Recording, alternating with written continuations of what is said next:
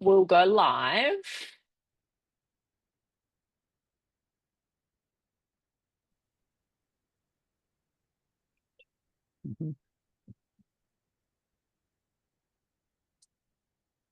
It will ask me for a couple of little things on my end. Just bear with me. I'll let you know as soon as I press the button.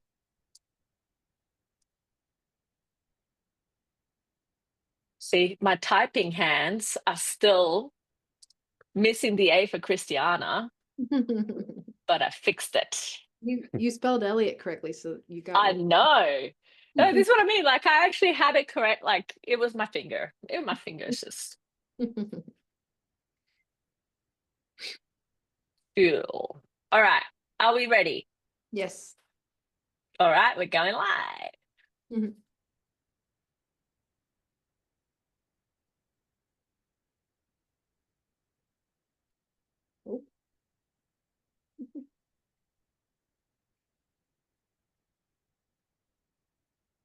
I think we are there indeed. Hello, hello.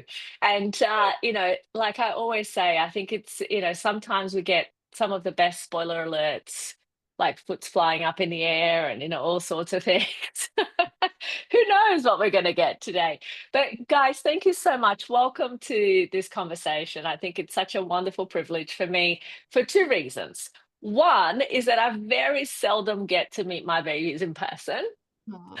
And so, whenever I do, I just feel like I'm so, so lucky and so blessed. So I want to say thank you because you guys came over to Boston the other day to say hi. And honestly, such a heartwarming memory for me and such a beautiful, the cuddles are just, out of this world, can't even explain enough.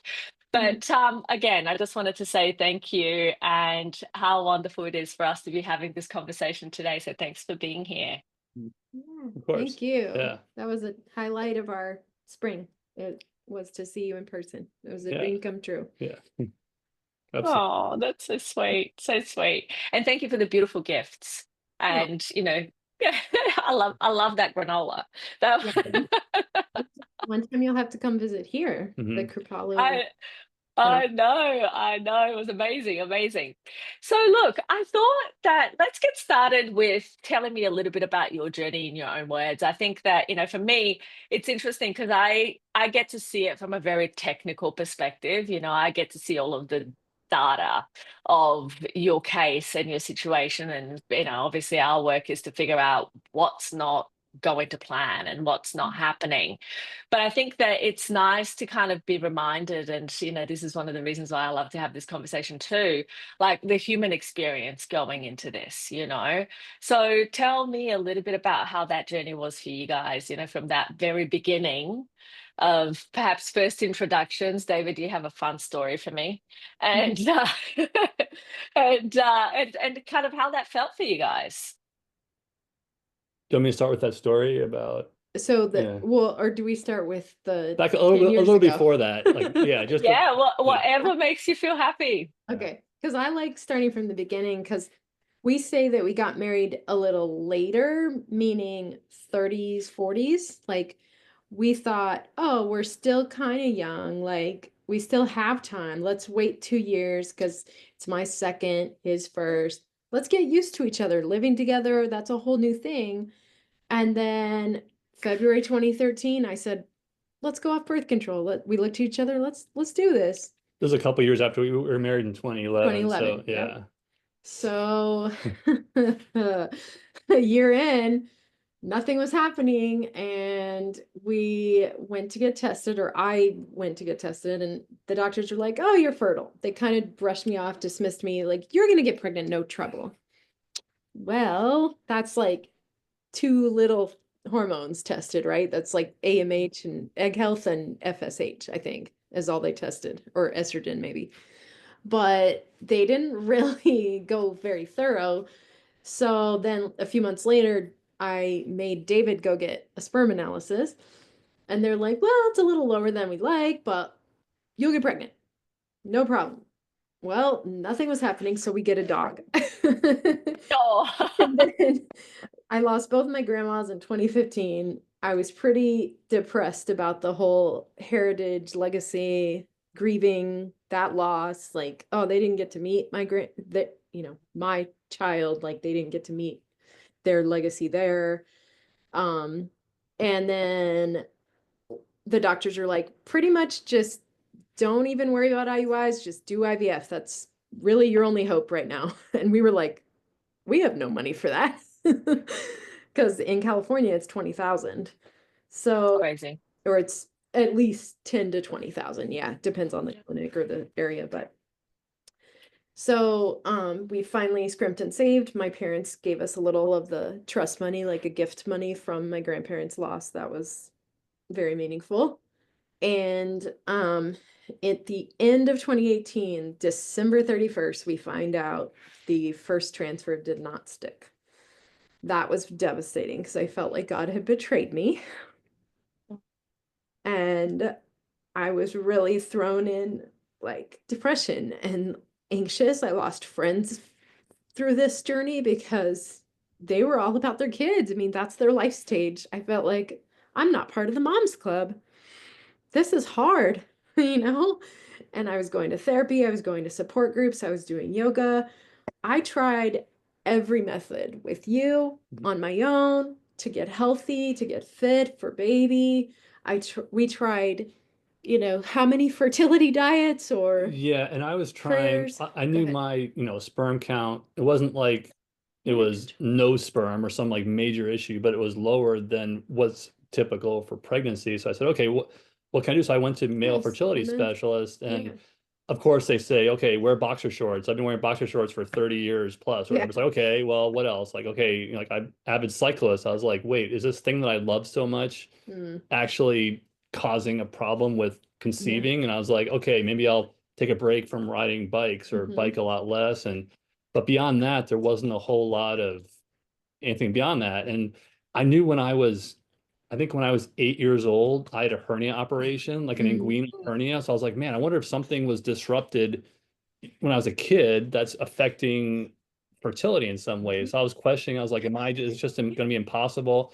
But so anyway, my thing was, okay, what can I do to do that? But for a while, they did put me on Clomid, which often is for women, but they said, okay, we've seen results from men who take Clomid and it improved my sperm count a little bit, but not that drastically. So it's like, okay, I'm willing to go on this medication, but beyond like boxers and changing, like not biking as much, there wasn't really anything else I was doing as far as lifestyle or diet. And we just felt like, again, at this time I was already over 50 years old, and I'm thinking, is it too late for us? Is this, and it was discouraging because like, what else do we have to do? Like, again, people seem to be getting like pregnant, like my brothers all had kids, her siblings had children. It's Yeah. like, again, feeling kind of like Left out. outsiders, like left out, like when's it going to be our turn? Is it too late? Like so it's very discouraging, thinking like no one could give us there wasn't like a one obvious, okay, Christiana has a certain condition or I do that makes it almost impossible to have kids. Honestly, it seemed like it was treatable, but no one was giving us a clear answer of what the path forward was really. So, and then you throw COVID into that, and it's just kind of like we were living in a place that was really expensive in Southern California. IVF was like everything was expensive. Like, why are we here? And then 2020 rolled around, and I work in digital marketing. I was actually working at a fertility clinic in Pasadena, so I kind of got the inside the inside perspective of IVF, and that just made me even more cynical, thinking like it's just a numbers game. They just want to push IVF to get the doctors. It's in their interest to have multiple rounds. So I was just it already hadn't worked for us once, and I was like, can we really afford to be doing multiple rounds of IVF? And it was just made me even more discouraged. And then with COVID, because insurance doesn't cover it. We think, California's a progressive state, and if you're lucky enough to get a job at a lucky corporation that covers it, or maybe covers part of it, or half and half, or helps with IUIs, or helps with, sometimes like Kaiser, I think helps, or certain companies do, or certain whatever.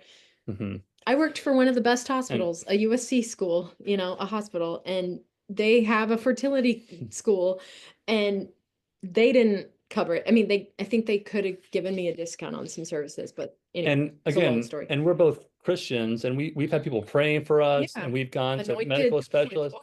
and just all like, what else can we do? And it's just Yeah. it was difficult spiritually, thinking like, Mhm. where are you, God? Like, what It are really like what tested my like faith. right? And Yeah.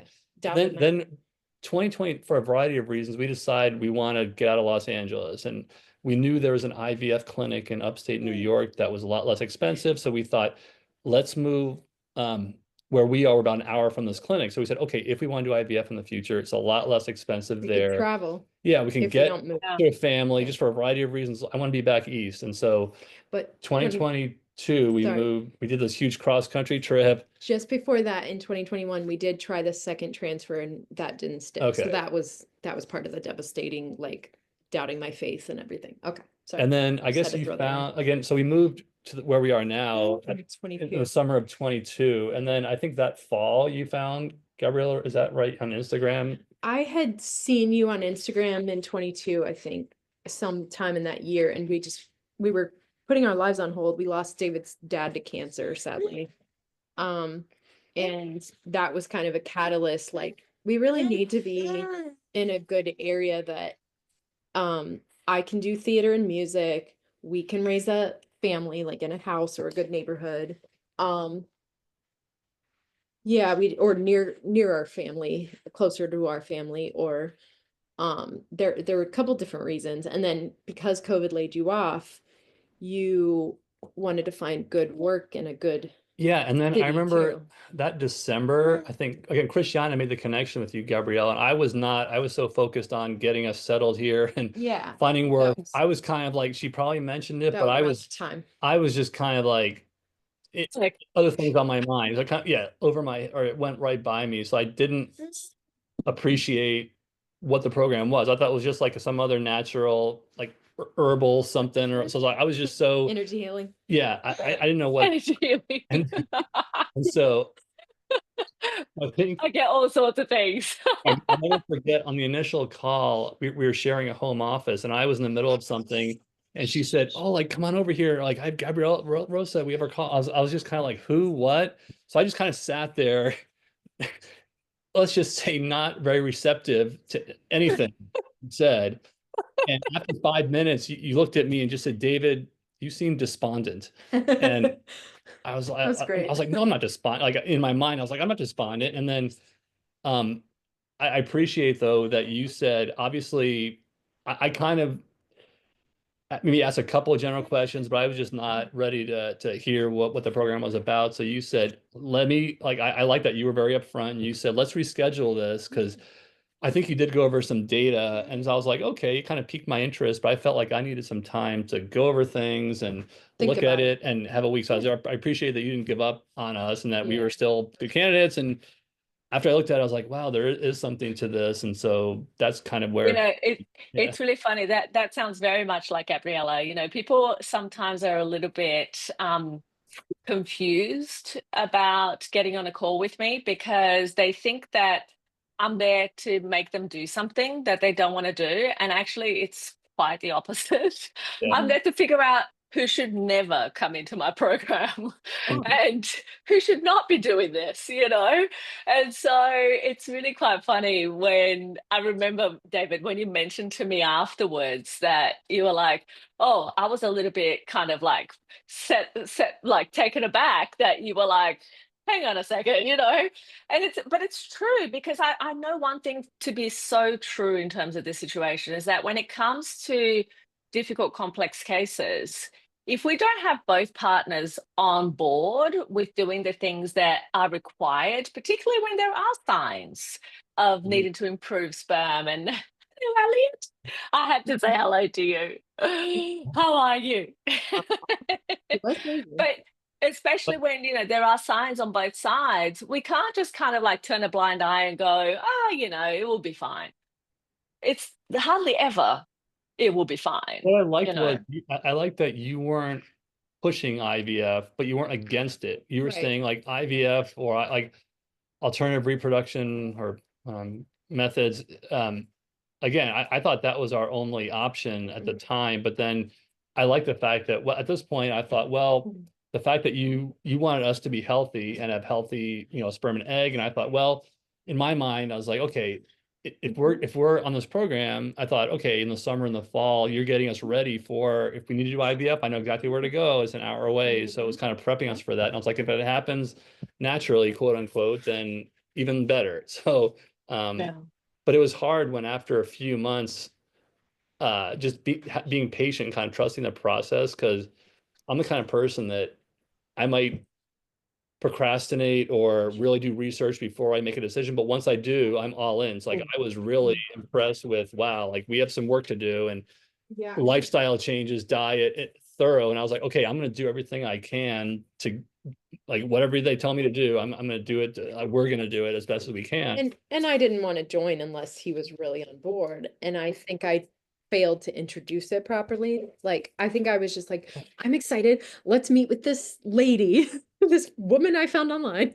And he's like, Yeah, I know. That "With sounds so trustworthy. yeah, Not only that, the fact that she's in Australia and it's really far it's all away. Yeah. it's all online. Like Yeah. there's no in-person meetings. It's all on Skype. I'm like email and I was like, okay, what is this all about? Even though I work in digital marketing and I'm used to being on phones and devices, I'm like, I was used to going to seeing a specialist or Yeah. seeing someone medical Yes. person. So I'm like, Yes. man, like, is this the right thing? But anyway, I'm You know what's so funny, David, about you saying that is because we started doing telehealth in 2013 solely, right? So in 2003, we did telehealth on the corded telephone, like that used to be the thing where we like, and some of my patients, the most fascinating thing, I had a couple of babies with families that I didn't even know what they looked like until years later after they had their children and, video kind of conferencing became available. But I remember in 2013 when we decided, and part of the reason why I actually ended up going fully telehealth was because I had my own first child and I couldn't be seeing patients for 10 hours a day as I used to, 6 days a week. And I was just like, okay, I need to be at home, I need to be doing so. I decided that I wanted to go fully telehealth. But what was very interesting and fascinating that I never expected I would hear, as I would go through and have conversations with people all around the world at this stage, and we had patients, overseas before we went solely telehealth. We had 50% of our practice was telehealth at the time before 2013. So I kind of used to think like that was a normal thing, and then it wasn't until 2013 that we committed and really fully focused on telehealth that I used to then hear people say, so you don't have a clinic, like a place I can go to? Exactly what you just said. Like, I mean, I actually want to go to a place. But then the most fascinating thing happened in 2021 when the whole world had shut down in 2020 and people were like, all of a sudden it was like the normal thing to do. And then in 2021 people are like, so I don't have to go somewhere, right? I can just like do this on video. Like it flipped overnight seemingly, it was just such a funny thing. But at the same time, we could obviously we go to if we needed blood work done or a sperm analysis or whatever, Yeah, that we was go to a nice. lab, Yeah. get Yeah. and then, but it was good that I think this program was the first one that looked at it comprehensively. Like not like again, I'd done lab work before, I'd done like sperm analysis before, but this is the first one that looked not only at that, but they looked at whether it's like hair, like the mercury testing and hair, or they did other tests that we hadn't done and also coupled with the kind of lifestyle things and Water, diet and like all the environmental things. And so like this is the first one that looked at all that. And so I really felt comfortable. And the fact that we had, I think it was weekly or every other week with practitioners and Yeah. but that is accountability. So I knew when that call was coming up, I was like, I had some homework to do. And I better get onto my things. right, because we were really diligent. And the fact that I wanted to be prepared for that because I didn't want to waste time or our time. And so the fact that we had that kind of support and accountability for things, and I trusted, like, honestly, it's like, it wasn't, I mean, I like the balance of science, but also those kind of like showing empathy and compassion and just walking the emotional side of it too, and not just looking Yeah. at data and kind of Yeah, seeing when us as people and working with us. Yeah. when you said, or you or Chloe, I'm not sure who said this exactly, but I know one of you said, our goal is to hold your hand until you hold that baby in your arms. And I was like, thank you so much, because no one's ever given us the time of day. Mhm. They just dismissed us and Mhm. said, no worries, you'll get pregnant, or I'll pray for you, bye, And And that's so beautiful that it's touched you, because it's such a big tenet for me. It's such a huge part of what we talk about in the clinic, but more than talk about it, it's like, how we really feel about this journey is that it can yeah, be so lonely, it can be so challenging when you've gone through, I don't have to ask you to remember what was the lowest point that you had on this journey and how it felt for you to just go, oh my God, how I wish in that moment that somebody would just like pick me up and go, right, let's go, So yeah, we really focus on that. A journey by the time we found you. Again, we had already been, what, 10 years like trying, and decade. again thinking, and then being patient with, obviously the first couple months it didn't really, okay, I might feel a little better rested, but like obviously things were happening, but it wasn't really obvious, like and I think but the big moment for me was when, I forget how many, several months in, when I got a follow-up sperm analysis, my sperm had improved dramatically. Like, there's the first time it was in a normal range, and I was like, Yeah, am I reading this right? yeah, we were overjoyed. Yeah, and so like, And I imagine that you were off the Clomid by then, huh? yes, right, Yeah, yeah. And yeah.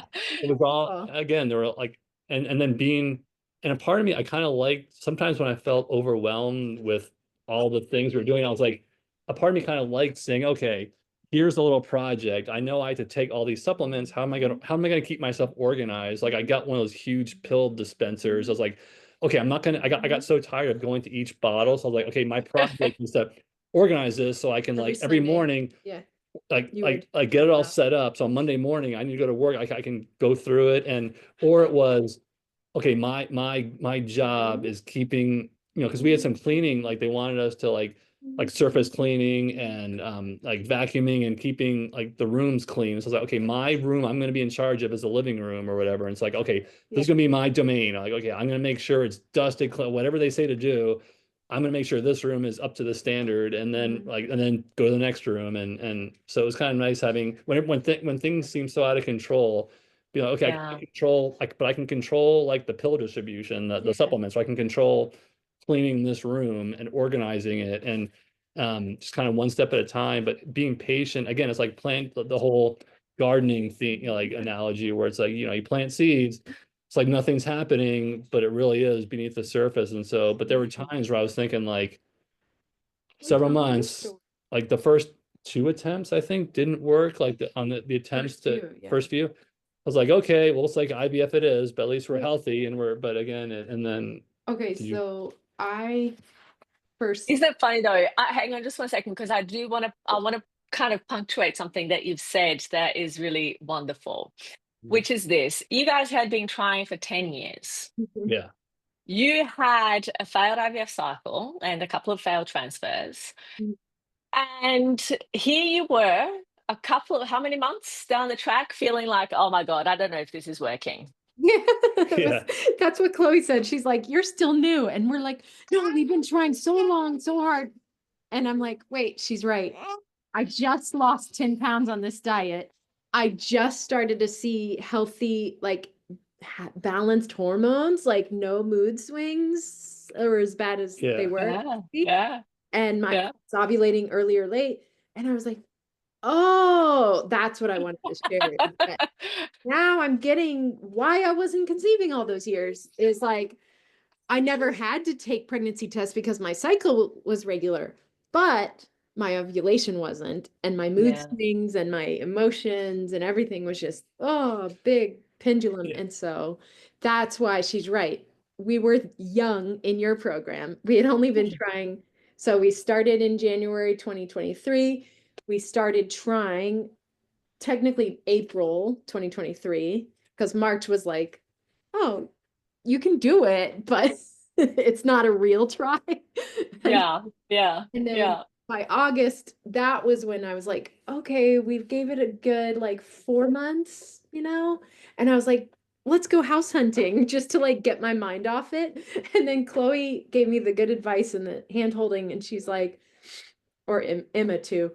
Chloe said, just think in 5 years from now, you may have bought a house and you'll be happy in your house, but will you be like, who knows if you'll be menopausal and you'll think back and go, oh, I could have done IVF in 2023, or I could have tried a little bit longer, a few more months with Gabriela Rosa.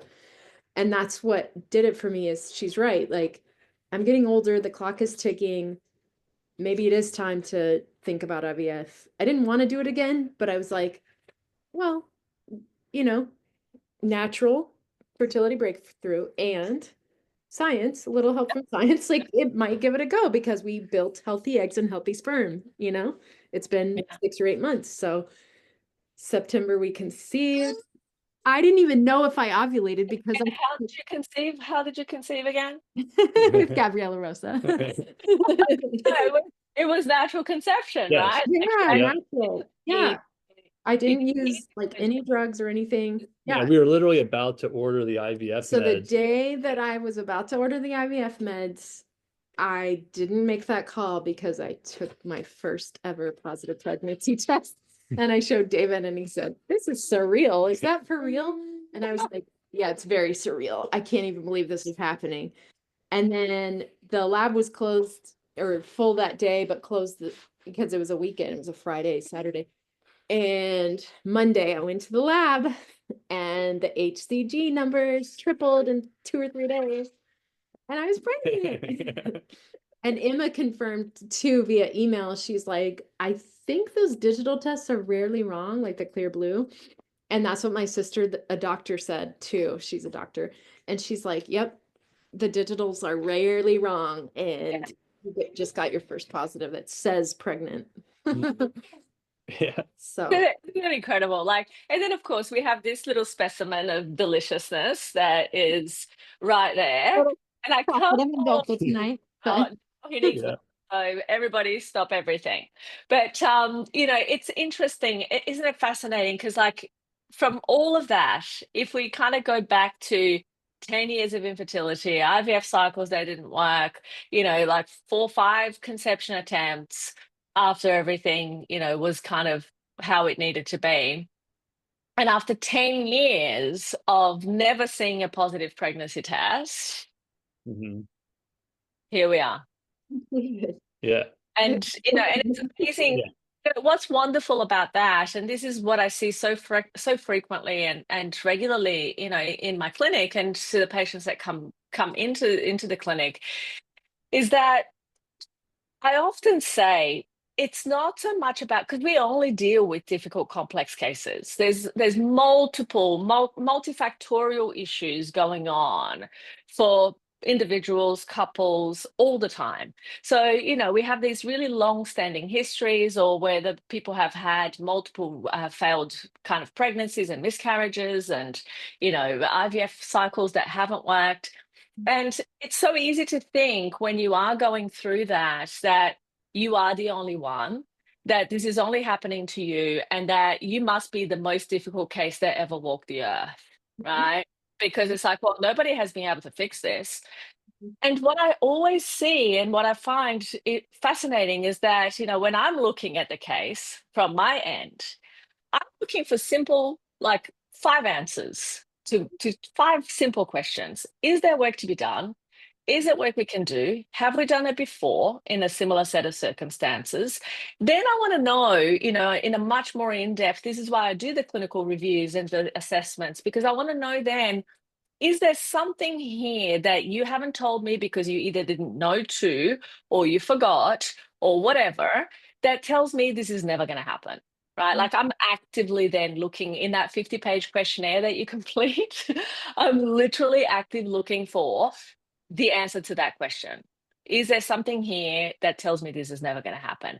And if I don't find that, usually it's because there is absolutely lots that can be done. And if I Wow. do find it, you know, and sometimes I do, then that's the conversation that I'll have with that couple that day, which is, look, I found these things.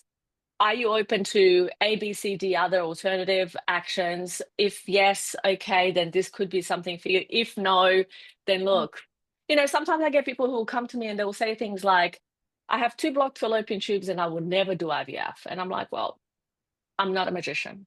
It's Yeah. kind of hard, right? Or I've had people who will say, I haven't had a period for 12 months and I will never, you know, do donor egg. And I'm like, okay, immaculate conception is not my speciality, you know? And so in those cases, I have to be real with people, you know? But if I don't, like, if I say to somebody, after I do a really thorough assessment that, okay, I think this is a good fit, then the 5th question is, are we a fit for working together? Because sometimes the answer is no, no, because we don't like each other or something, you know, weird.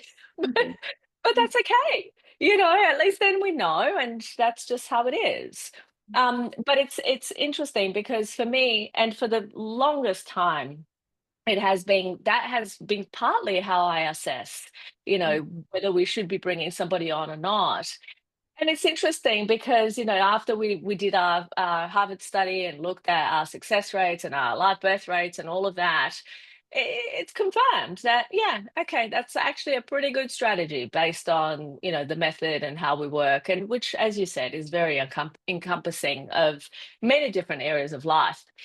I have a question for you guys that I think is kind of like peeling under the layers of the day to day and the facts of the case, so to speak. You know, when you were going through this journey, what was kind of like, what was something that you wish that you knew to tell yourself, or that you wish that you knew to tell each other at your lowest point, like at that hardest time? What is something that you wish you either knew to tell yourself or tell each other? Yeah, I would say I feel like I just kept telling myself this flicker of hope, keep going, keep trying. But it's hard to hold that onto that little tiny bit of hope. And so I would looking back, I wished I'd found you 5 or 8 years ago or whatever, um but I didn't know to not, I mean, I trusted the doctors, but I was like, oh, I really think I'm fertile, or they think I'm fertile, so I should be good. Like, why aren't I? And so I was blaming myself, like, am I broken? Or I was second guessing myself. Am I eating the right foods or not eating enough of this or folate or I don't know what supplements or whatever. And I just, now looking back, I'm like, oh, I know what to do. Like, now I have the power and the tools, or I can come back to you for a second round, or, you know, for a second kid. But I know the way my body works now. I'm more self-aware and my faith is stronger. That's pretty cool. But yeah, I was in a dark pit. I think if I could have got like, you know, like talk to myself after we being in it 2 months in or something, I just say, keep going. You're like, trust the process. You're doing great. Because there were times where I was like, is this really going to work? Again, I love bicycling, and I was like, gave that a well, gave it up completely. But anytime I biked, I'd literally stay out of the saddle, which isn't a real ride. So it was like 5 miles downstairs in the cellar. That was But I was like, okay, but again, I use it as an opportunity. Okay, I can't bike, I can go kayaking or something, or I can go jogging, and I'm not great with running, but I was like, okay, let me find some other activities, hiking. something else fun, hiking or something, yeah. And but the other day, or I tell myself it's gonna be all right, it's gonna be better, because at the time we were living in this like small apartment, dreaming of a child, dreaming of a home, dreaming of another job for me. So I was like, the other night we were sitting in our living room, and I just thought, Christiana, like, we're living in this wonderful home. I love my job at this wonderful organization. We have a son.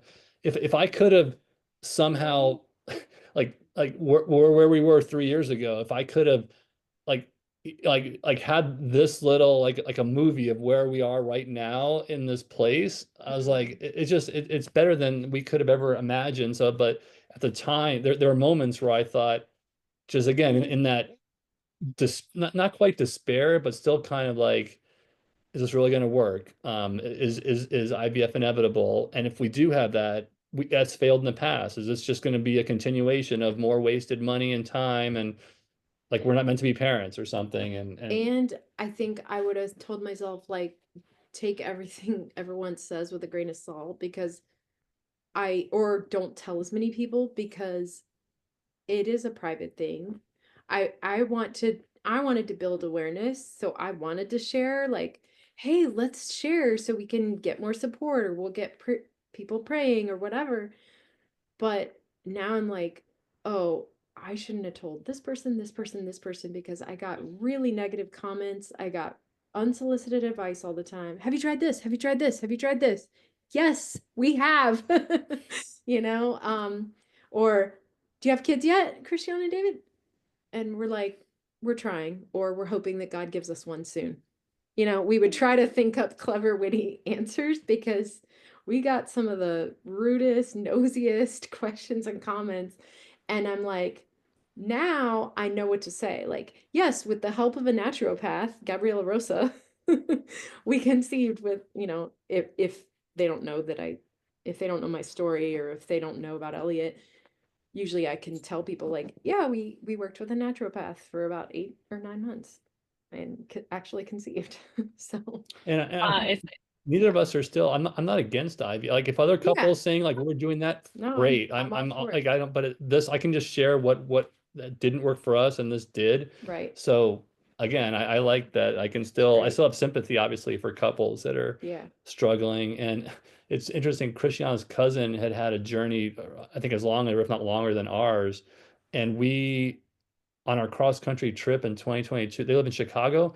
We stopped and saw them. At the time, neither of us, like, we were all kind of in this long journey, Never seemingly happened. hopeless. And there's a picture of us with, The four of the us. four of us in Chicago, on a cross country trip. And I'm just thinking, like, what, 2 years after that picture was taken, We like both they had a had baby babies. boy and we had a baby boy. So it's just kind of like, and then like their baby just turned 1. So we had this call, and what a joy. Like the fact that seems so hopeless just not that long ago. And so like, just, I would have told myself, just like, don't give up. And it sounds cliche, but it's true. Like, just trust the process and don't give up. And Because yeah. I'm not a quitter. I'm pretty persistent, and I know with endurance and perseverance, I usually go after what I want. So And this is the thing too. I think that it's so valid that people need to understand that it's not an either or situation. Like it's not like you do this or you do that. It's like, how do we blend the best of both worlds?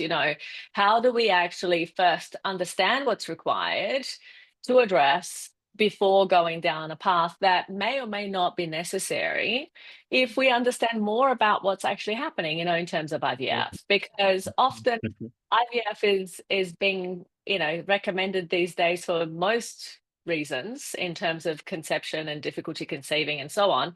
But in many cases, it's actually the wrong indication, because somebody has a completely different other thing that hasn't been addressed that IVF is not going to fix.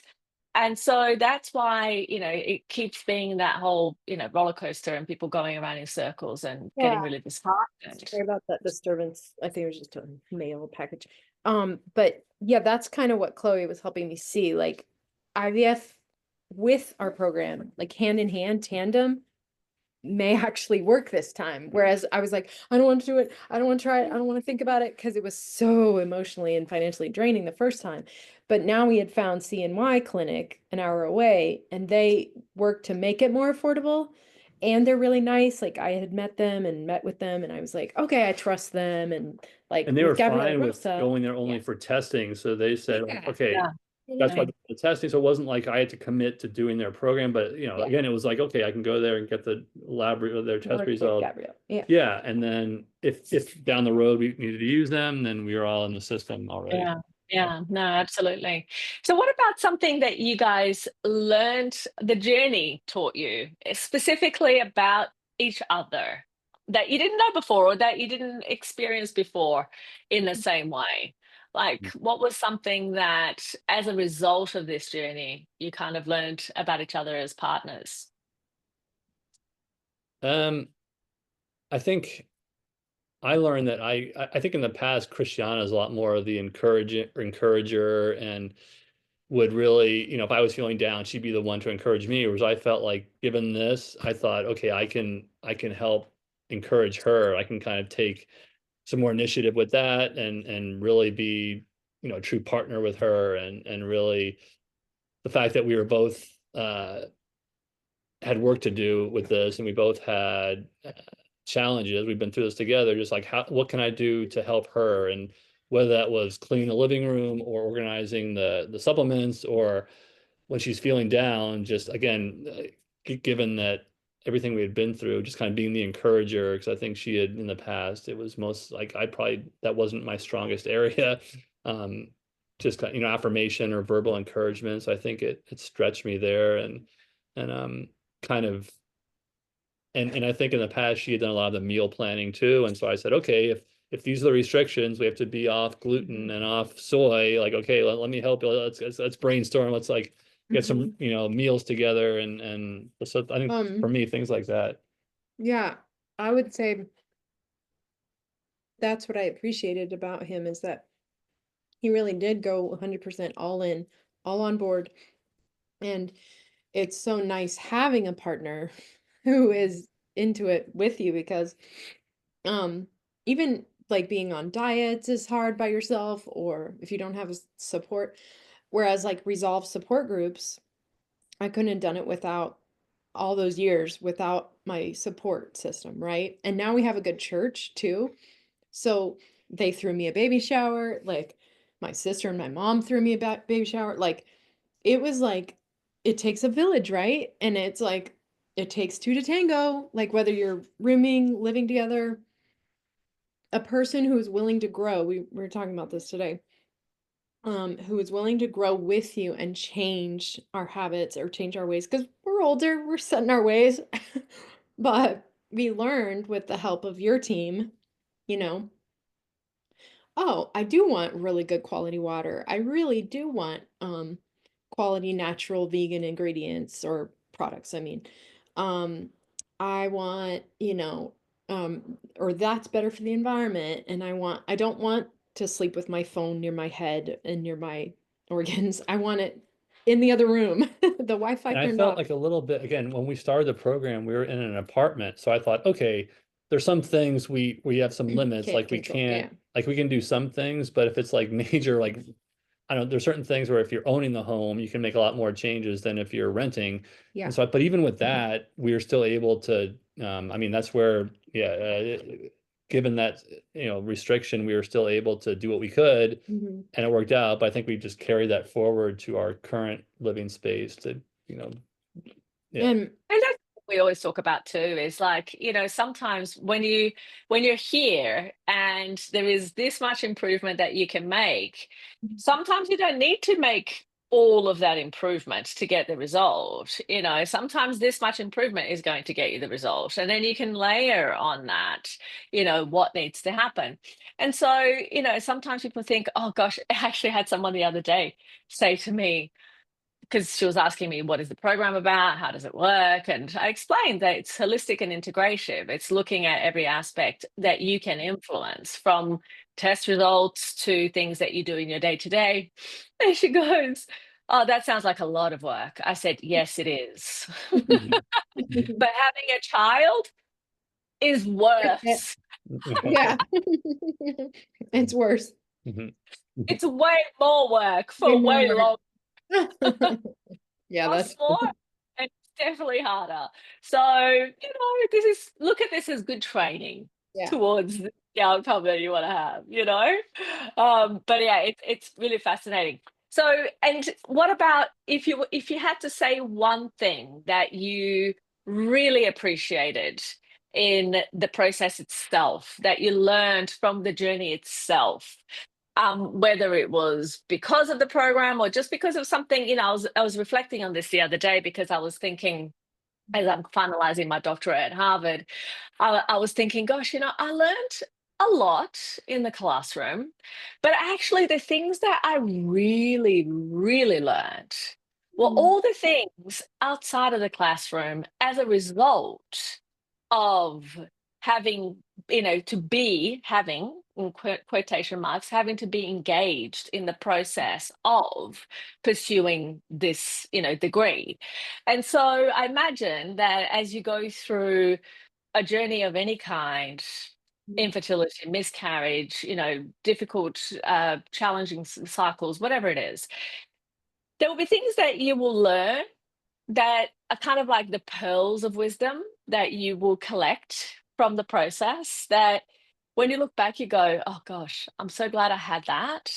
Not perhaps in the way that I had it, not perhaps because of how I got it, but the fact that I now have it and I wouldn't give that back. Is there a thing like that for you guys?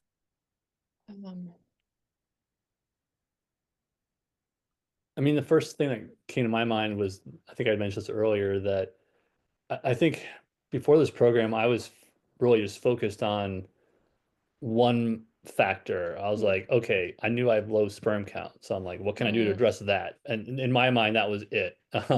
Whereas I think I appreciate now that there's A lot of a lot of factors, like small, like it was a accumulation of smaller factors. And so the fact that that was one factor, but the fact that that was addressed, but I think perhaps that was improved because of some of the other things like the lifestyle changes, or I don't know, I think my mercury level was high or something. So I'm like, okay, I love fish, but we're going to be off that for a while. So the fact that the so I think I learned it, focusing just on that one thing, like, okay, that's the problem. And I go to the specialist and they put me on Clomid, which seemed to have just a marginal improvement. So I'm like, all right, well, I guess that's the best we can do. But there's just appreciating that there's multiple, not just for me, but for us, that can be addressed holistically.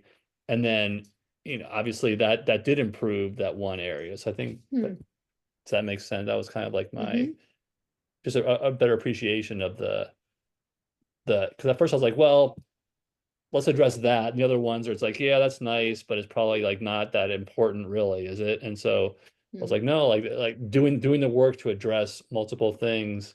At the time, it's like, really, we got to do all this, and it's just like, man, it's a lot. Like you were saying, it's a lot of work, but appreciating the cumulative effect of doing that work, and we have results. I think the importance is the whole mind, body, spirit, soul, like breath work, meditation. I mean, some people go, oh, that's like, isn't that like woo woo and like emptying your mind? No, you could, I mean, if you want to meditate on scripture, the Torah, Sanskrit, whatever your book, or in your house of worship, in your prayer closet, on your mat facing east, or whatever, however you want to do it, that works for you. And I was finally seeing my cyclist husband trying yoga, and I was like, wow, like, isn't it a great workout? Yeah. And I was finally healthy and balanced. Whereas I think I was trying so hard, and I was anxiously tense and like trying all the methods and trying all the things and spending money where I shouldn't have been. And I just needed to relax and just surrender and let the baby come. Like, let the timing happen. Like, we found you in 2022. The timing wasn't quite right until it was. Like, November, had that first phone consult or whatever it was. Then I had the actual meeting with you. Wasn't right for David. You were patient to do a second round, second consult. Then it was time. Like, even at Christmas, I was enjoying my holidays. Like, yeah, I'm going to eat, drink, whatever, live it up. Because in January, but he was like, nope, not going to drink. I don't need it. We're good, Oh, That's maybe one I'll thing have I it. still don't, again, I was always kind of a social drinker, but my mother died young from alcoholism. So in the back of my mind, I thought, you know what, I probably shouldn't drink. But the fact that in the program I was off alcohol, once we conceived, I just stayed off it. So now, I haven't had any alcohol in 2.5 years, and it's almost like honoring my mother who didn't even live as old as I am now. So the fact that, anyway, so it was a good motivator to like, okay, great, I can't drink, perfect. Let's just do that and keep it going. And now I kept saying, if a baby never comes, we can have a yard full of dogs and live in the Berkshires, like with the trees and the mountains, fresh air, and at least we'll be happy and healthy and fit, right? Because in LA, I think we were tense and too stressed out. And not that it's a bad place to live. We were happy there for a time, but I think the trying to conceive and the trying, and I'm doing all the things, and I'm tense and I'm trying all the things. Yeah, it was a little bit too much, and I wasn't living out my passion for theater, music, my gifts, my talents. I wasn't enjoying time with dogs. I was just, oh, I gotta walk the dog. I was like in this frantic like state of, it was all consuming. It's an obsession that I had, like, to try to get that baby, and the baby will fix my problem. And now it's like, oh, we got our miracle and our dream came true. That's huge. But it's like, okay, I'm still me. Like, I'm not all about the baby that I can't focus on anything else. I still do theater. We're active and involved in our church. We go hiking, we go, and we're enjoying our life so much better. Quality of life. That, I think, is the pearl of wisdom that I would take from you guys. Wow, that's so beautiful because, often it starts like that. It's like, the things that I need to look at, and then how does it actually, go into other areas of my life. And from what you've described, and it's something that I see frequently as well, it becomes a part of your life, Yeah. so and it becomes a part of the things that you do just because you feel better doing it, and you feel better and healthier, and, more connected with yourself and each other. And I think that's such a wonderful thing. Yeah, our marriage is stronger. What do you like? What do you feel?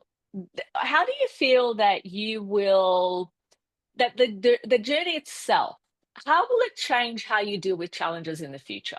Like, having gone through what you've gone through, like, how do you feel that it's going to be different for any other kind of major life events or challenges that you might face? Good question.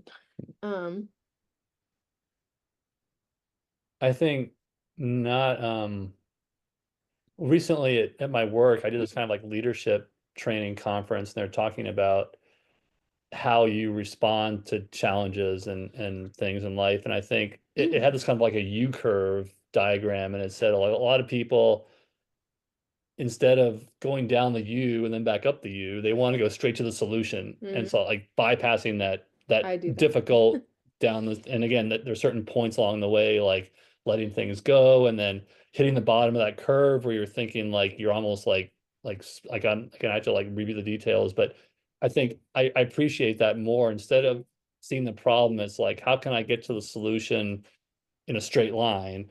It's like, okay, see it more of like, this is a big, whatever the problem is in front of us, it's going to take some work, whether it's letting things go, doing some analysis, kind of stepping back, zooming out a little bit and going down that U curve. And there's going to be times where it's like kind of like letting the answer come to you and being receptive to when it does come, and not just kind of like rush to the solution. And so, again, that was on my mind when I went through this last fall, I think it was, in the leadership training. I was like, that sounds like our journey, the U curve in decision, in a kind of like leadership and how you face challenges. So I think that's kind of reinforced that not rushing into solutions, but not being in a panicky thinking like I have to do something. I mean, there's certain things where you have to act right away, but kind of like in a lot of things, it's like, okay, let's step back, let's think this through and communicate, and seen as a gradual process. So yeah, I would echo that. Like, just don't skip, like, even in my don't skip preteen steps. years, my elementary years, I remember saying to mom, why do we have to go through our teen years? Like I think I was awkward or miserable in middle school, or I was having miserable periods. I don't know, like hormones, that's our time when our hormones are raging. And I was like, I don't want to be a teenager. I just want to go to college, get married and have kids. That was my little girl version of how I saw the world. And my mom said, no, don't skip that. Don't rush that. You're growing, you're learning about God, you're learning about the world, you're learning about this and that. So I think just, yeah, don't rush all the steps is like, because I'm an efficient doer. I just get the job done and I'm fast, I'm good at it. I'm a doer. But Yeah, seeing it take more the as time as to a be marathon. thorough. I've always been more of a marathon. Yeah. Not that I like running, but in life, In in life. general, than a sprinter. So taking the marathon perspective of looking at the, Because timing is everything. yeah. Yeah, interesting. I love that, and I love there's so many different connections, that you guys have been able to make out of this. And now let's kind of shift on to our beautiful little Elliot for a little moment. And how is it that you feel as a result? Like, how is his life going to be better as a result of what you guys have gone through? Say it again, how's our life How gonna is be? his life? Oh, How his is life. his life going to be better as a result of what you guys have Oh, gone? yeah. I think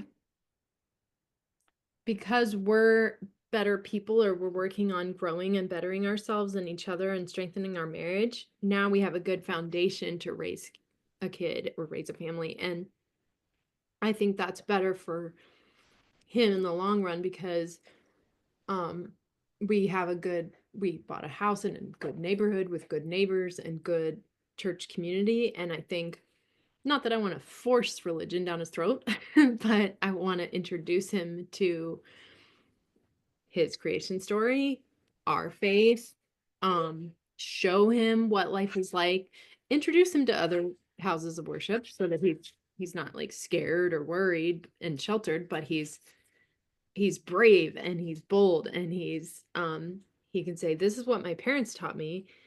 How do you believe that? Or why do you believe that? I love that. I love learning from other faiths and other couples, like other, whether it's infertile or another hardship in their marriage or something, job loss, cancer, anything.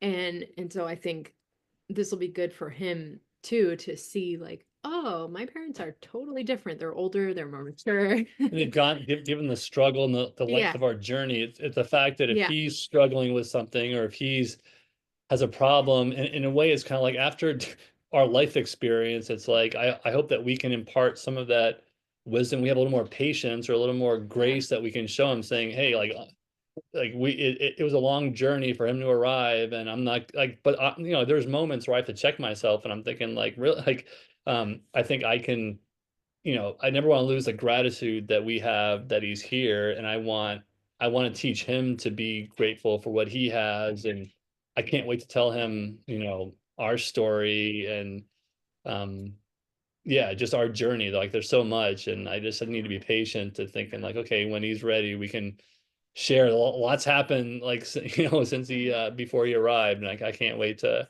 share that, and share how special he is, and how much we prayed for him to Yeah. arrive, and he did, and so It just so increased our wonderful. faith. Yeah. Yeah. And sharing that with like his cousin in Chicago. I hope they can Yeah. meet someday soon, or we're gonna go on a cruise with my parents in June.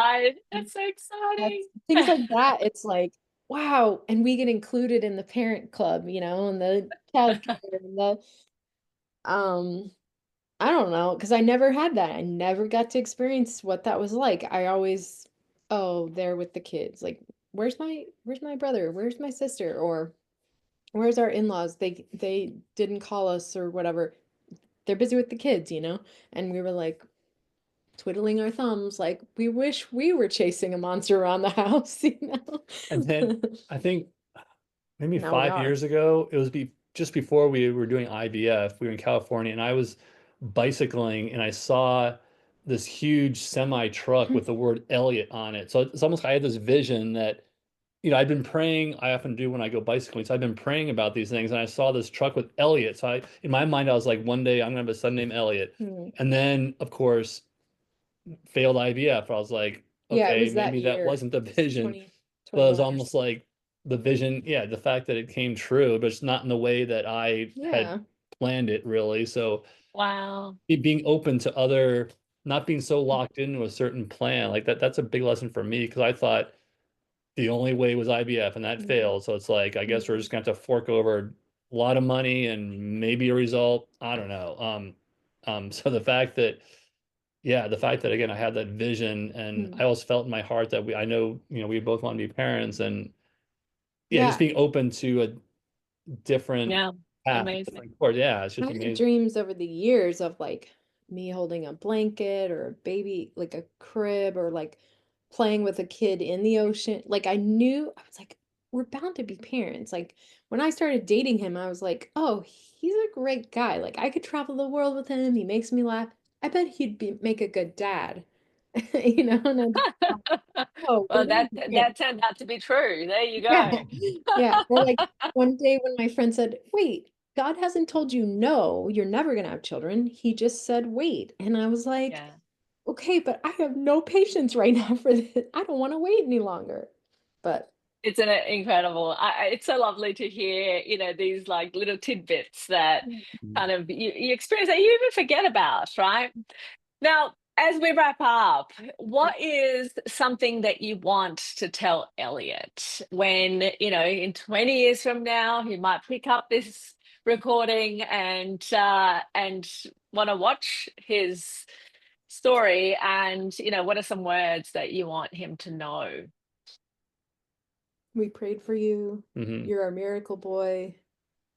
Yeah, we're just so overjoyed with that he arrived just in the right time, Yeah. and I love his smile, and I love his even now his just kind of zest for life, or his yeah, just Personality. his personality is already showing, and yeah, the fact that yeah, I just love the how it all like worked out, and there were moments where I think we were both wondering if it was going to happen, and we just like I was so thrilled, like being in the delivery room when he was born. I'll never forget that day. Or hearing his heartbeat, or Yeah, like like seeing the finding out that heartbeat, it like was a they have the little boy. flicker you can see like on the monitor, and I was like, wow, that's like, and again, not like, yeah, just When still, people ask, did you want a girl? I'm like, I'm happy either way. Like I just wanted a kid. Um, Yeah. I wish my father like had lived yeah. to see him, but I'm looking forward to telling Elliot all about my father and my mother that both passed away, and so I really wanted him to know about his grandparents, Green on the Yeah. side, and Sweet. um he's has what 17 cousins, I think, so Yeah. he's a part of a big extended Wow. family. So we'll He's exactly. He'll have plenty of cousins to play with. yeah, And maybe in 20 years he'll know all the cousins' name. Like it's going to be a long process knowing all the aunts and uncles and cousins. So we'll work on that gradually. absolutely, absolutely. And look, from me, I just wish that he uses all of his gifts. So, Yeah, Elliot, that is the wish that you have from me, darling boy, that Yeah. you use all of your gifts and that you make other people's lives better because you're here. yeah, Amen. yeah. Like that. Did you hear her say amen? You did the sign. Amen. Yeah, it's there. All right. Well, guys, thank you so Yeah. much for sharing, for being here, for telling your story. It's, for me, this never gets old, it never gets old having these beautiful connection moments with people who are so deserving of everything that you've created for yourselves. So well done. Huge congratulations and thank Thank you. you. Thank Perfect for like you. Easter weekend's coming up. So Yeah. again, it's like I just think like God is so good and God blessed us. Like we're definitely, yeah. And So yesterday was your first birthday as a dad. yeah. And The so 17th. yeah. Yeah. How wonderful. All right, guys, thank you so much. Yeah. Thank you.